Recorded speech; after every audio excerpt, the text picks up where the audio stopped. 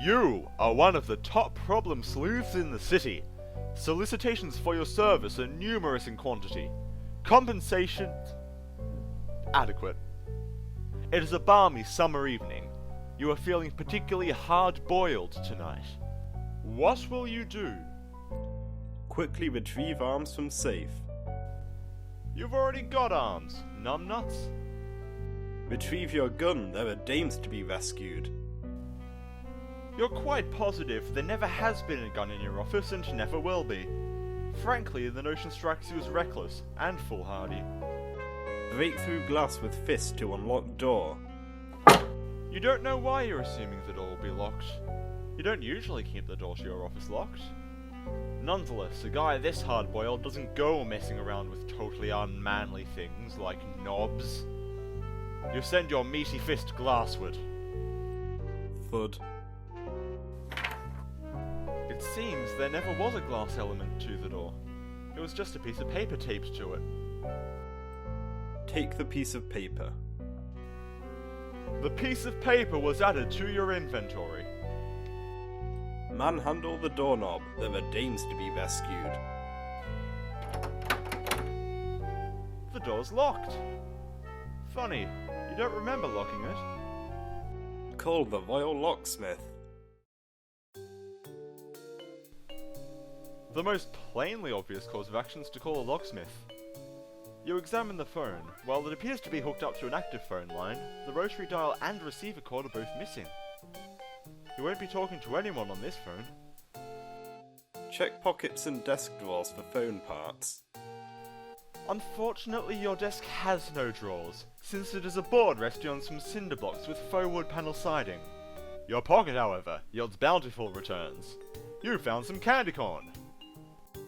Get key. You pick up the gun. The grip is cold against your palm. This is your only friend in the world right now. It's gonna be a long night. Store candy corn in safe. Thinking the precious cargo may not be secure in your pocket, you explore alternatives. But you don't know the combination to the safe. You figure it's probably hidden somewhere in your office. Check the other side of the paper. You have decided to examine piece of paper. Eureka! You discovered a sequence of numerals. Open safe. You will use sequence of numerals on the safe. The safe doesn't seem to work. It appears to be a replica of the safe's facade, concealing something beneath it on the wall. There is a painting of a clown underneath the safe cover. Look under the fake wood panelling of the desk. There is a flask of whiskey under the desk. Get ye flask. You pick up the flask of whiskey. Drink the whiskey and remember the good old days. How do you expect to drink from the flask of whiskey when it's not even in your jacket pocket? Exchange gun for whiskey, then drink.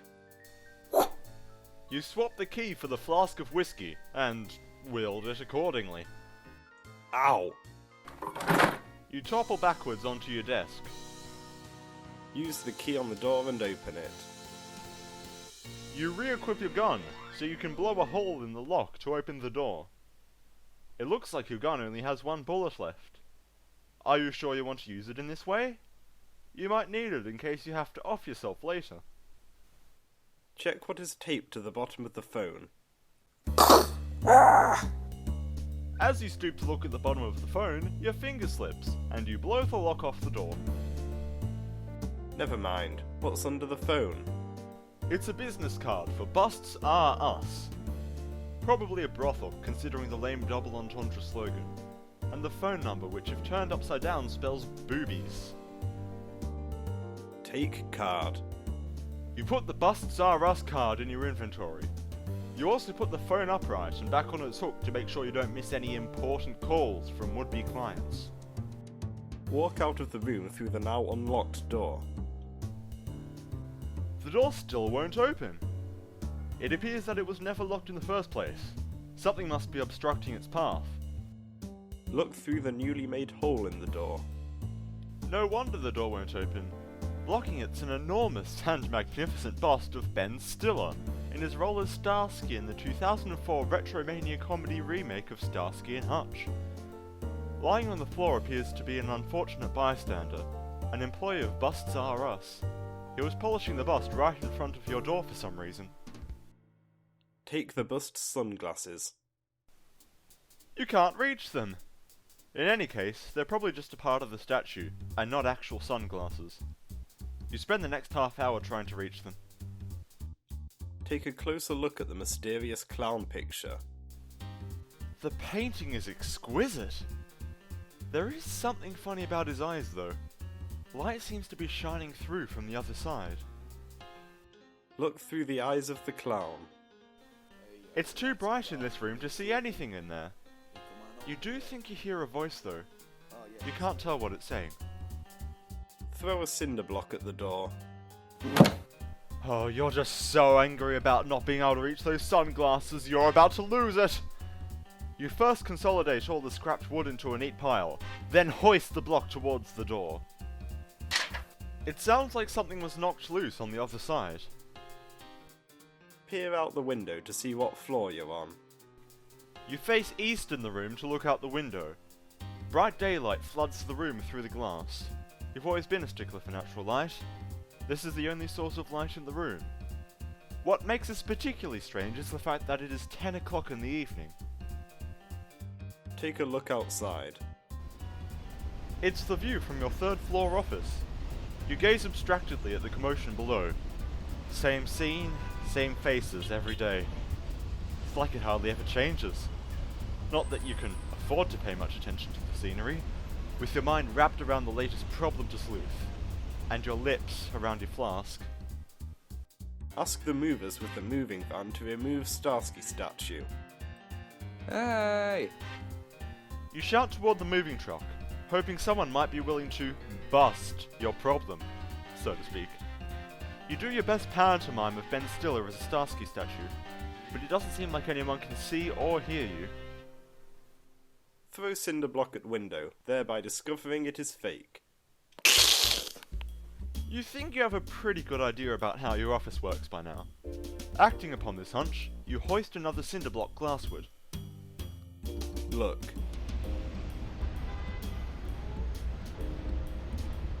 Pick up shard of glass and put it in your inventory. No clue is too trivial for the keen problem sleuth. Your motto is let no inventory go uncluttered. What's that? You catch a glimpse of the reflection in the glass. It's the wall behind you. Turn around. Now facing south, you pause to marvel at the beauty of your office wall mural, celebrating ethnic diversity. You had it commissioned some time ago by a promising young artist. Best $11,000 you ever spent. Read the note under the coffee. It appears to be another business card. At a glance, one might think it was a calling card for a lady of the night named Muriel, with a typo in her name given the poor spelling exhibited elsewhere. But on closer inspection, it is more likely a misspelling for mural, given the smudged out pun about walls. The suggestion in the phone number is probably regarding the old coat of paint rather than anyone's clothes. It's an easy enough mistake to make though.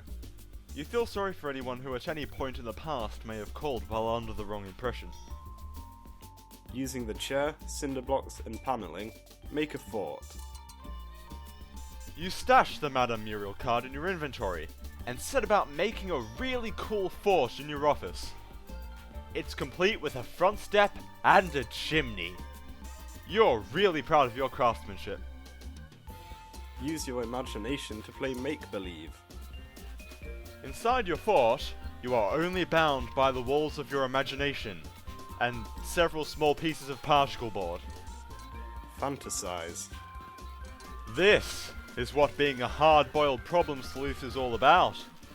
It's about being a strong, silent type, oozing with confidence, charisma, and other fine qualities such as not being trapped in your own office.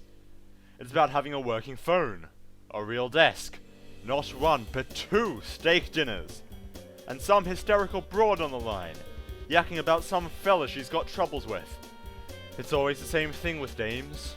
You comfort yourself in your sublime fantasy by now and then saying things into the phone, such as, "Now calm down a second, Toots," and, "Hey, take it easy, sweetheart.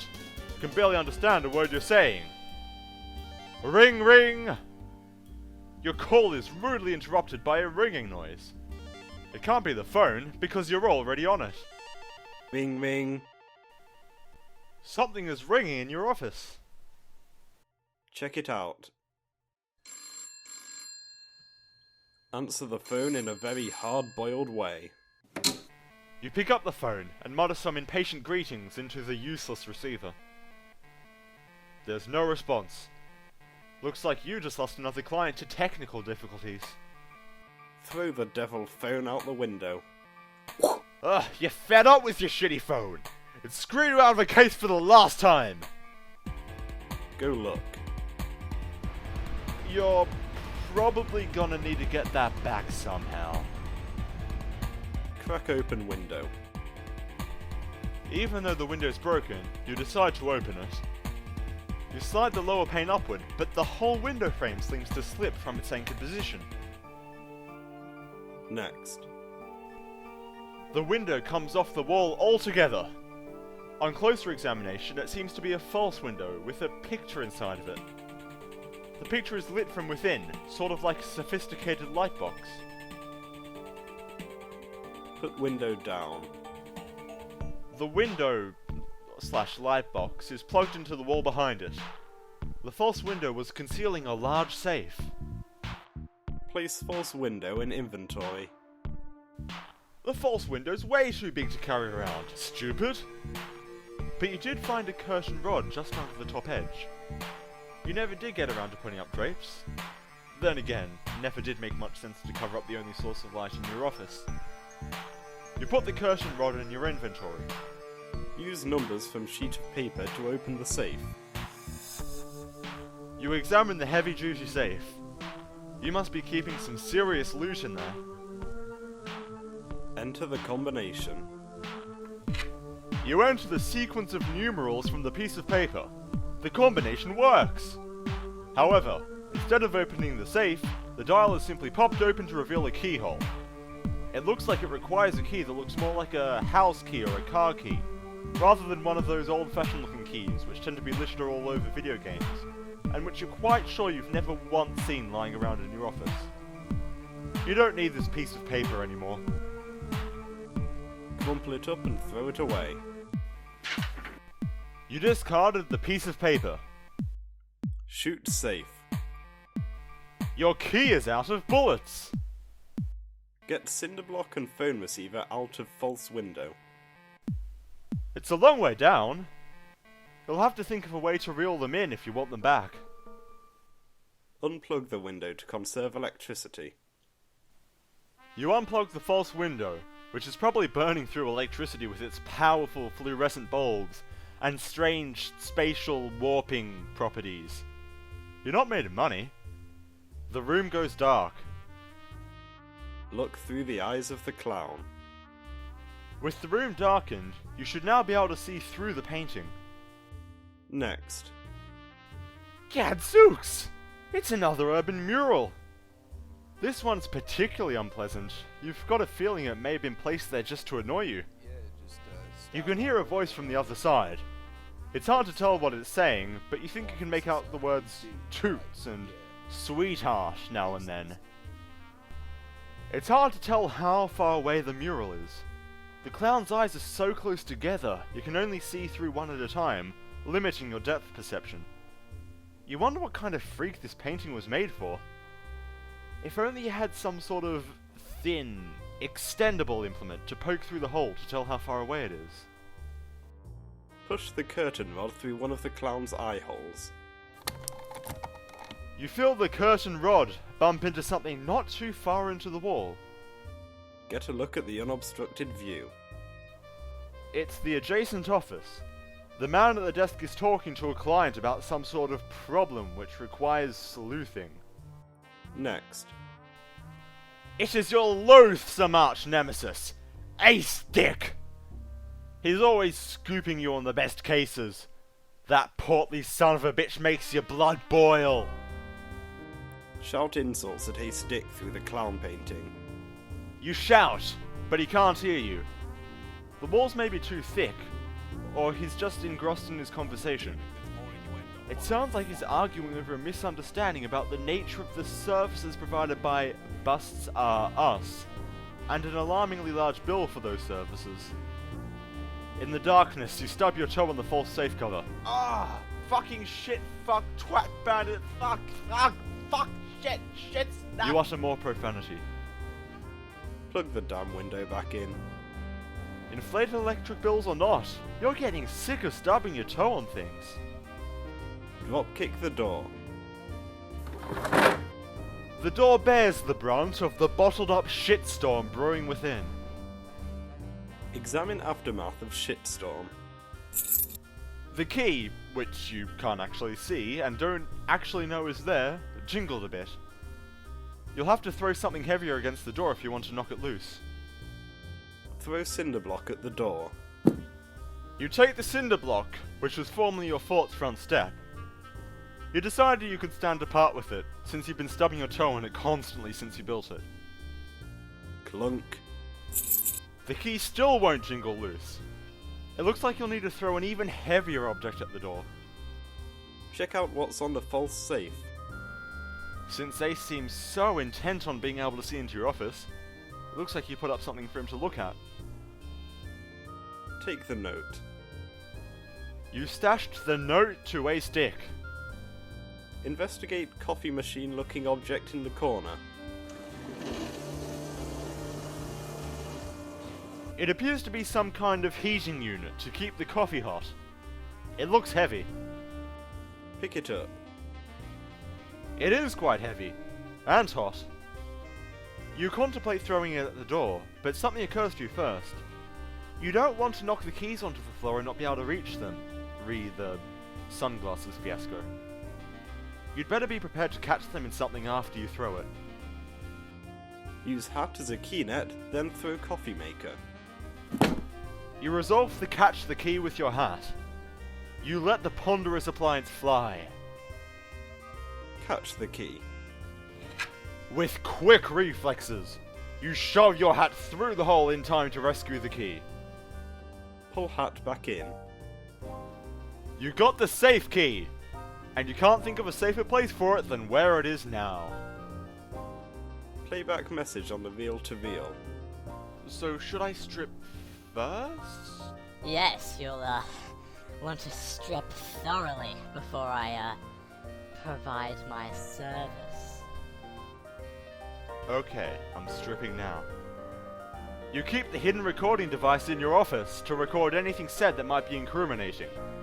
Unfortunately, the only incriminating statements it recorded were likely made by yourself. Swap the safe key with the candy corn. Your prized confections will be safer here. The recording tape begins to unspool while you're preoccupied.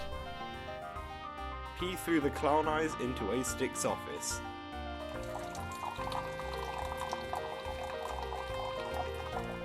You remember you're pissed off with a stick, and in addition to which, you haven't been able to pee once in the 13.5 hours you've been locked in your office.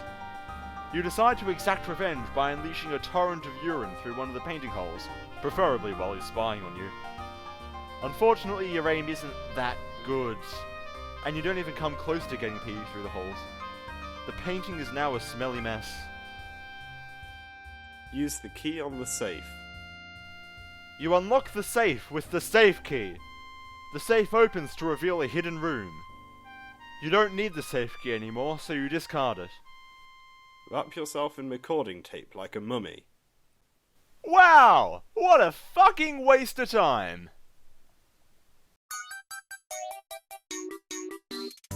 Ah! Fuck ass, prick shit, bastard, farts, cunt, fuck, shit, poop nose, fucking piece of flipping shit, gosh damn, shit, fuck, crap, ton, fucking shit, fuck, twat, bandit, fuck, shit, snags. Ah, shit, that bitch or ass, fuck, shit, god, crap, pounding, fuck, nuggets, cunt, muffin, twat, wobble, grab motherfucking cock goblin, fucking shit, Jesus, fuck.